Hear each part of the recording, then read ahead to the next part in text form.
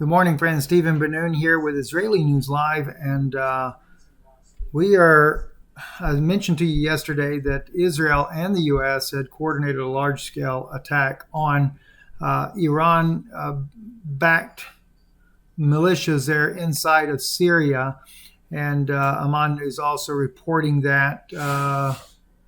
Let's see, they actually reported it yesterday. I don't know if any of the mainstream media is reporting this as of yet. I haven't really seen anything that myself thus far, but said the head of the Israeli National Security Research Institute, Major General Amos Yadlin, said that behind its bombing of Syria's Azord government, Tel Aviv wanted to convey a message to Iran. In a statement to Israel's official Khan news channel, Yadlin said that the attack carried out by Israel and Azord government is important, and the message to Iran that Israel will not stop working against Iran and Syria even during the era of U.S. President-elect Joe Biden.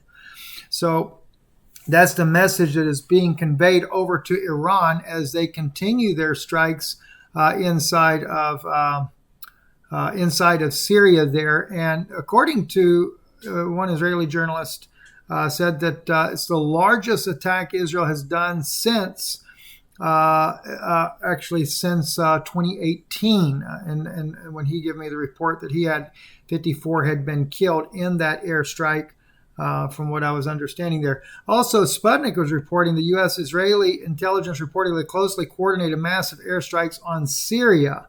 That's where it also kind of shows the U.S.'s involvement.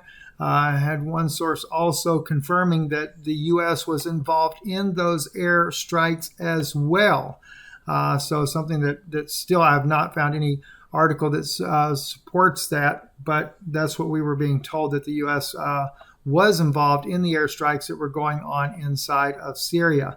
Just as a reminder, though, General Wesley Clark and what he said, and I'll play that little clip there for you, because I think it's always a good About reminder. 10 days after 9/11, I went through the Pentagon and I saw Secretary Rumsfeld and Deputy Secretary Wolfowitz. I went downstairs just to say hello to some of the people on the Joint Staff who used to work for me, and one of the generals called me in. He said, "Sir, you got to come in. You got to come in and talk to me a second." I said, "Well, you're too busy." He said, "No." He says, "We've made the decision. We're going to war with Iraq." This was on or about the 20th of September. I said, "We're going to war with Iraq. Why?" He said, "I don't know." He said, "I guess they don't know what else to do." So I said, "Well, did they find some information connecting Saddam to Al-Qaeda?" He said, No. He says, "There's nothing new that way. They just made the decision to go to war with Iraq." He said, "I guess it's like we don't know what to do about terrorists, but we've got a good military and we can take down governments." And he said, "I guess if the only tool you have is a hammer, every problem has to look like a nail." So I came back to...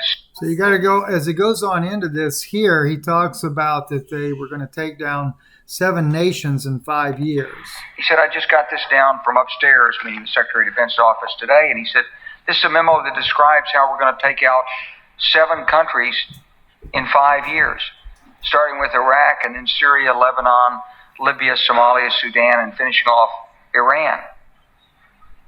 I said, "Is it classified?" He said, "Yes, sir." I said, "Well, don't show it to me." All right. See there, and finishing off with Iran. I think that's where we're headed to as of right now. They're getting ready to finish off with Iran. And, of course, they claim that Joe Biden would not be supportive of that. So it's kind of interesting how things are changing, even on the ground. This here came out from Amman News as well. Large U.S. military convoys enter Syria from neighboring Iraq. Says here that U.S. convoys seen entering northeastern Syria on Wednesday, marking the second time in 5 days that an international coalition has brought in reinforcements and supplies. According to local reports, dozens of U.S. military trucks and vehicles entered Syria's al-Hasaq governorate via the Al-Wadi crossing that links the Levantine nations with Iraq's Nineveh governorate there. So the U.S. convoy was said to have consisted of several vehicles that was transporting both troops and supplies, primarily military and logistics, to one of their bases inside the Syrian territory. But notice it is troops as well that were being brought in. So it's not that there is a scale down in this area, but a buildup. And Secretary Pompeo putting out this tweet here: I traveled to the KSA, UAE, Bahrain, Qatar, Morocco, and Sudan, all with one goal in mind: peace. Well, these are the allies that would actually help carry out a war in that region. Why Sudan? Because of Yemen.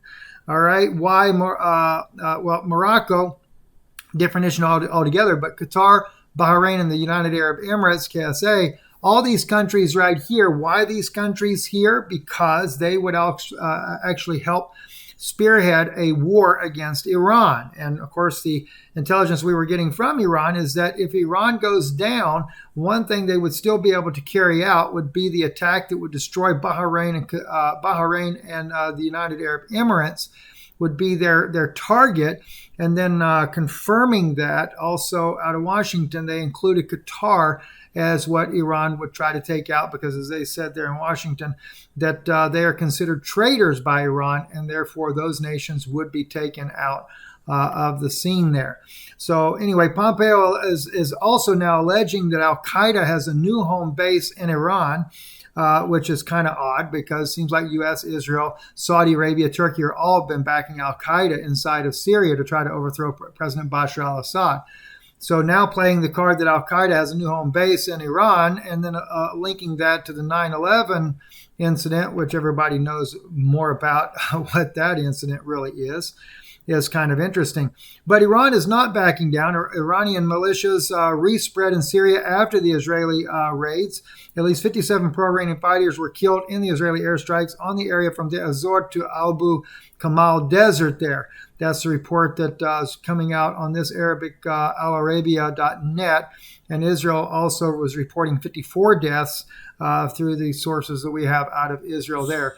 So a lot of strange things happening. Now, this particular video here I thought was of interest as well. This is the Iranian military right here, and they're flying above as they're doing their naval drills. And I don't know how well you can see this below there, but that is the USS Georgia. Look at the length of that submarine passing up underneath that. There's a little boat right there, but that's the USS Georgia. They're right there passing underneath. Massive U.S. submarine, and it is equipped with 154 Tomahawk cruise missiles there that are also nuclear capable. This was right at the Strait of Hormuz. So there's a lot of things that are going on, and we're going to be trying to cover as much as we possibly can. I think there are certain things that they just don't want you to know about right now. So, got to keep that in mind. We're trying to sort things out. There's a lot of weird things going on. So we're trying to sort out a lot of things because different intel is reporting different issues right now. And I'm just going to try to way through all this to see what we can figure out. This article here on Real Raw News comes out. Marine Corps rebukes Pelosi. We don't work for you. That was an interesting thing there. Said a Pentagon source speaking under promise of anonymity told Real Raw News that Pelosi contacted General Berger late Monday night, and she beseeched him to commit 5,000 troops to help ensure peaceful transition of power and to prevent a repeat of January 6th siege on the Capitol. General Berger, our source, didn't understand why Pelosi needed additional soldiers to augment an already impressive force assembled by the federal and state officials. That force included 15,000 National Guard from D.C., Delaware, Massachusetts, Rhode Island, and underscored the number of FBI DHS agents who arrived in D.C. Sunday night. Pelosi said she wanted battle-ready reinforcements because of radicalized Trump supporters and kooky QAnon conspiracy people were about to converge on D.C. She implored him to reconsider, arguing that it was the general's patriotic duty to quell uprisings and guarantee Biden's ascension to the Oval Office. Her statement made the general explode. Our source said, "Don't lecture me on patriotism, Madam Speaker. I've served this country with distinction for 40 years. I've spilled blood for our nation. What have you, a self-serving elected official, done for your country?" General Berger said. Pelosi further enraged him by saying he was answerable to Congress. "I only answer to the president. I understand it. understand it, Donald J. Trump is still president and commander-in-chief. Abide in the Constitution as it is written, not your interpretation of it, General Berger admonished Pelosi. Quoting of a source, when her intimidation tactic failed to sway the General Berger, Pelosi tried different tactic, begging and flattery.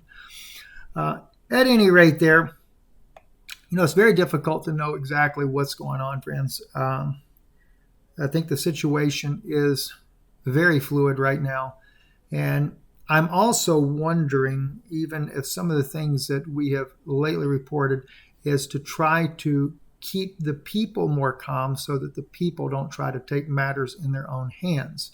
So that I could probably understand. So we'll just kind of leave it at that. We will follow the things. And I think more so as things play out, then we can kind of get a better idea of what's going on and see what's going to happen there.